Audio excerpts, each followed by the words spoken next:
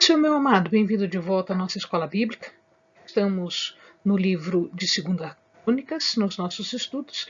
Então, pega sua Bíblia, pega seu caderno de estudos, ora ao Senhor, pede a Ele discernimento, entendimento, conhecimento, sabedoria, pede a Ele proteção para que nós possamos desvendar dos seus mistérios.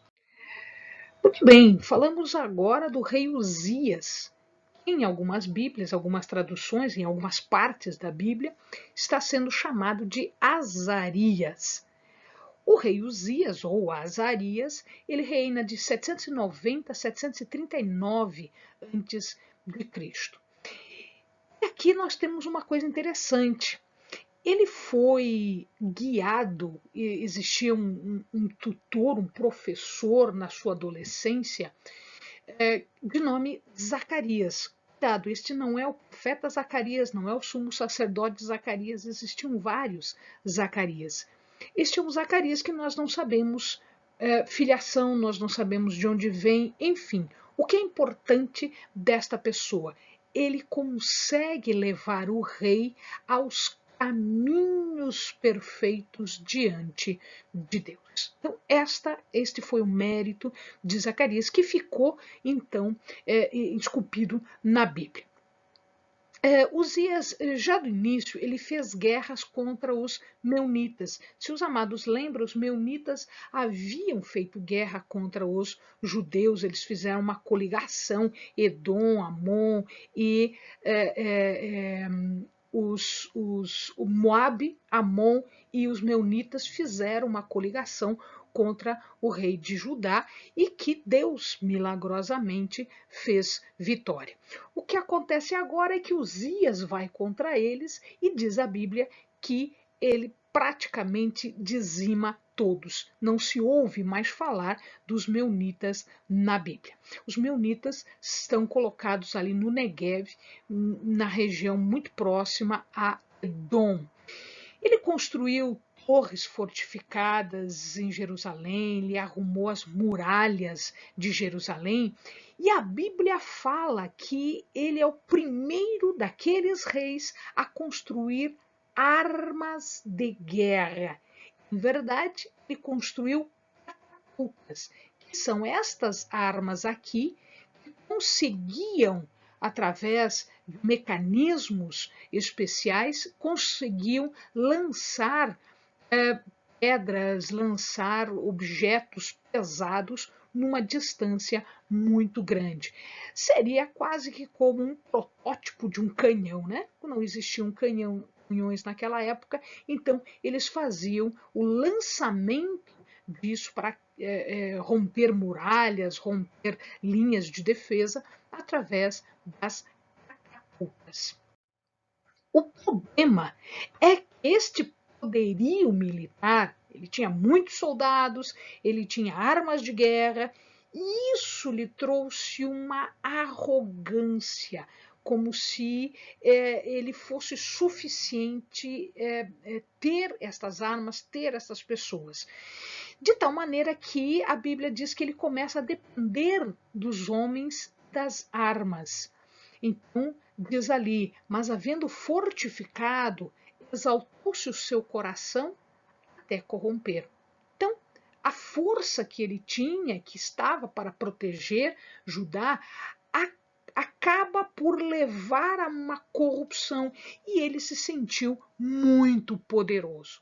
Tanto ele se sentiu poderoso, ele quis entrar no Santo dos Santos, ele quis entrar no lugar santo, ele quis queimar incenso, ele quis oferecer sacrifícios pessoalmente e não através dos sacerdotes. Isto era uma função deles, isto era algo para eles fazerem. Mas ele não quis saber. Ele quis fazer isso porque ele se achava o máximo, o maioral, e ele não dependia, então, de sacerdotes para fazer isso. Aqui nós vemos uma coisa interessante. Muitos reis, faraós, muitos soberanos, numa determinada etapa, eles se sentem tão poderosos que eles se imaginam filhos dos deuses, que eles se imaginam os próprios deuses. Muito provavelmente o que aconteceu no coração de Uzias foi isso. Ele se achou autossuficiente para fazer isso. Deus não gostou absolutamente nada disso. O sumo sacerdote corre até o lugar santo. Alguns sacerdotes, alguns levitas que podiam entrar no templo, entraram no templo, né? Ele já tinha sido profanado pelo rei, mas eles cuidaram para que isso não acontecesse com todos, então só os que podiam entrar, entraram, principalmente o sumo sacerdote, que tinha esse direito. Ele foi lá e tentou fazer com que o rei parasse com aquilo, porque aquilo era uma abominação, aquilo era um ato insano do rei. E o rei começa a se irritar e começa a agir contra o sumo sacerdote e falar e violentamente ele reage. Quando isto acontece, não dá tempo de ele fazer absolutamente mais nada, porque ele está dentro de um lugar sagrado, ele está no lugar sagrado e Deus não ia deixar isso por menos. Imediatamente, mas imediatamente, Deus o fere, ele o cobre com lepra. Então, suas mãos, o seu corpo está tomado de lepra. E aí, a antiga cultura achava que quem tinha lepra eram aqueles separados, aqueles marginalizados, aqueles não queridos, aqueles amaldiçoados. E o rei, sabedor disso e tendo essa cultura, quando ele se vê com lepra, ele não espera ninguém, ele pura e simplesmente sai correndo dali para que, eventualmente, algo mais grave não aconteça. É óbvio que ele não pode mais exercer os seus poderes de rei, ele não pode mais fazer nada em relação à parte social, à parte de administração do reino, não, nada disso é possível fazer. E, portanto, ele acaba dividindo o reino com seu filho Jotão. Jotão é que assume todos esses fazeres. É óbvio que, ao morrer, ele também não pode ser sepultado junto com os outros reis. Então, ele foi sepultado na região, né, no local dos túmulos reais, mas num local apartado, num local separado, porque mesmo depois de morto, ainda havia esta separação em relação àqueles que eram leprosos. Jotão governa, portanto, junto com seu pai e com seu filho. Então, ele governa desde 750, ele governa 11 anos junto com seu pai, até 731, 4 anos junto com o seu filho. As obras de Jotão estão todas no sentido de arrumar Jerusalém, arrumar o templo, arrumar os muros, de tal maneira que ele vai arrumar a porta de cima do templo. Essa porta de cima é a porta que dá entrada, né, à cidade, não a do templo especificamente, porque o templo só tem uma porta, então não tem várias portas, mas a da cidade. Então eles chamavam porta de cima, porta do norte. Muito provavelmente o escritor sagrado aqui está falando da porta de Damasco, uma das mais importantes portas que dava para o norte. Então, que era mais ou menos essa descrição aqui. E ele arruma também uma muralha chamada Muralha de Ofel, que separava, então, aqui essa parte da cidade de Davi do Monte Moriá. Então ele arruma esta muralha aqui, cercava a cidade antiga de Jerusalém e que dava para o Monte Moriá. Ele também agiu em outras cidades de Judá, fortificando, edificando essas cidades e tentando proteger contra um eventual inimigo. Jotão fez guerra contra os amonitas. Ele ganha essa guerra. Lembrem-se que todos eles estavam dominados, eles já haviam sido dominados por Davi, mas eventualmente eles não queriam pagar tributo, eles se insurgiam, eles se rebelavam e, eventualmente, guerras eram feitas ou para se livrar dos tributos, da vassalagem, né, da escravidão tributária, ou para dominá-los de novo. Então Jotão fez guerra aqui contra os amonitas. Lembre-se que os amonitas estão aqui, os moabitas estão aqui, os edomitas aqui embaixo, os árabes aqui e os filisteus para cá. Tá?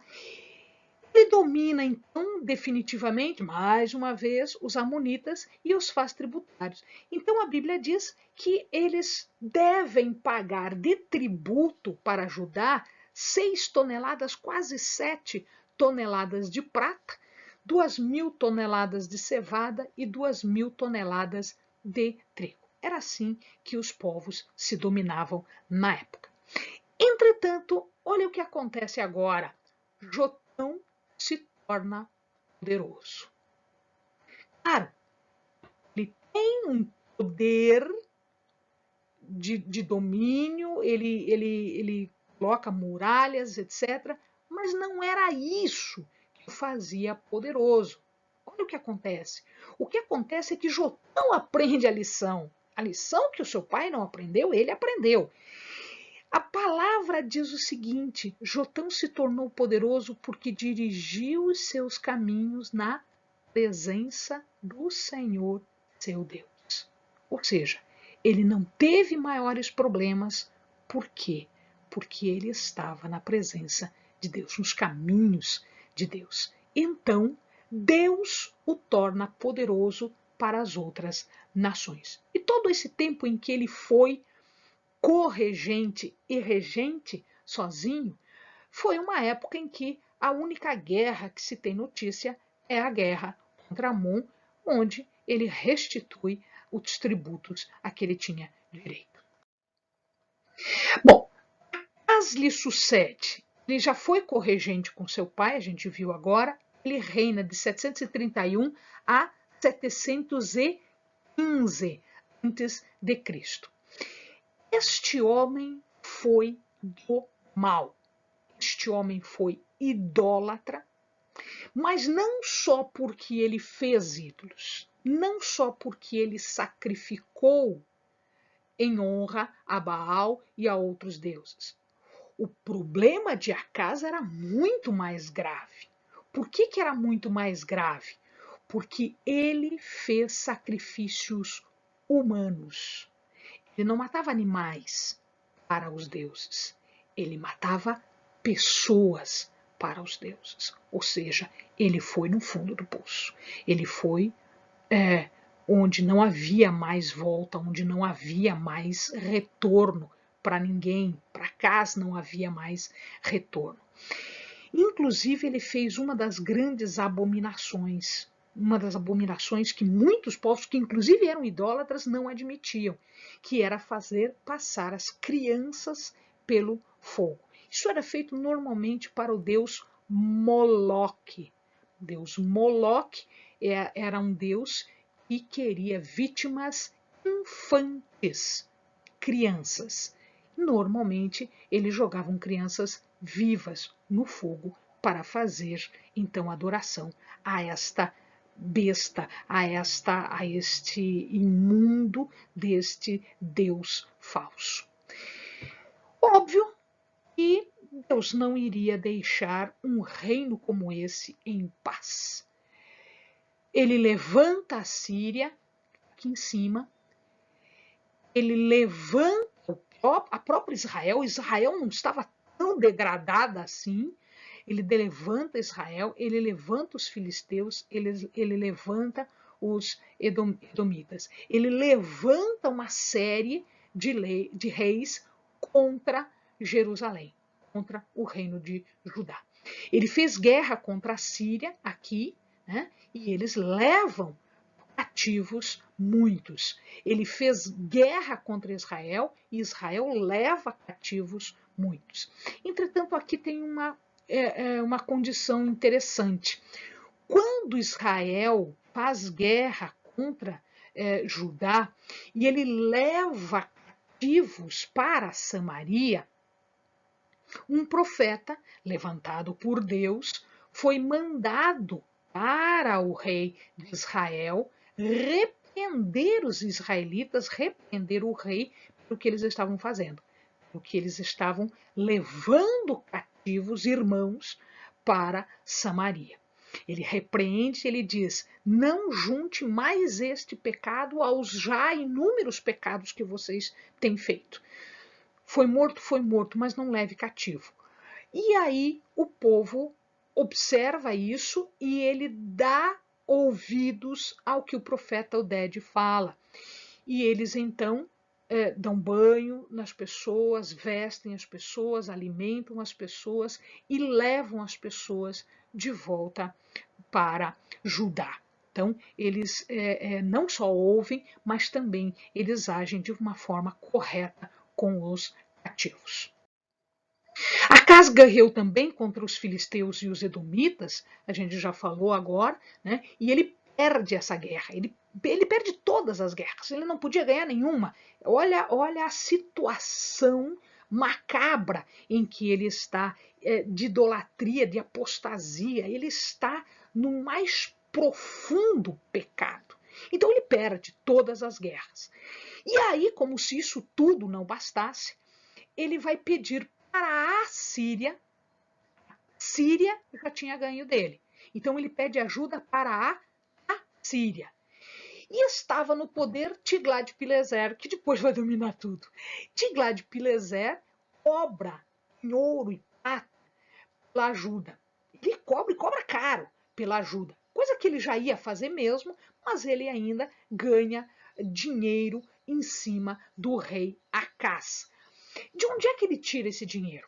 Tira do templo. Ele não tinha respeito mesmo pelo templo, tirou as coisas do templo e deu para Tiglat-Pileser. Tiglat-Pileser não honra esse acordo e depois de um tempo, nós vamos ver, ele vai entrar em guerra também contra Judá. Quando ele vai visitar Tiglat-Pileser, agradecendo ao auxílio, como se ele não tivesse pago, né? Agradecendo o auxílio, etc, etc. Ele vê no templo pagão de Tiglat-Pileser, ele vê um altar. E ele se encanta pelo altar. Que maravilha esse altar! E ele manda fazer uma cópia, exatamente como o altar de Tiglat-Pileser, ele manda construir uma cópia no templo. Não é perto do templo, é dentro do templo. Como se isso não bastasse.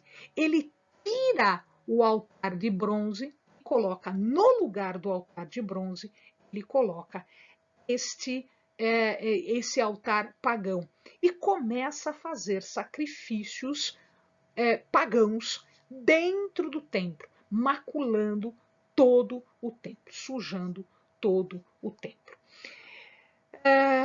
Amados, Acaz, quando morre, ele não é sepultado junto aos outros reis. A gente já viu que isso era feito, né? Quando o rei era ruim, quando o rei era mau, quando o rei era idólatra, ele não tinha lugar junto com os outros reis. Ele não andou como Davi andou, ele não andou como os outros reis que andaram no caminho do Senhor.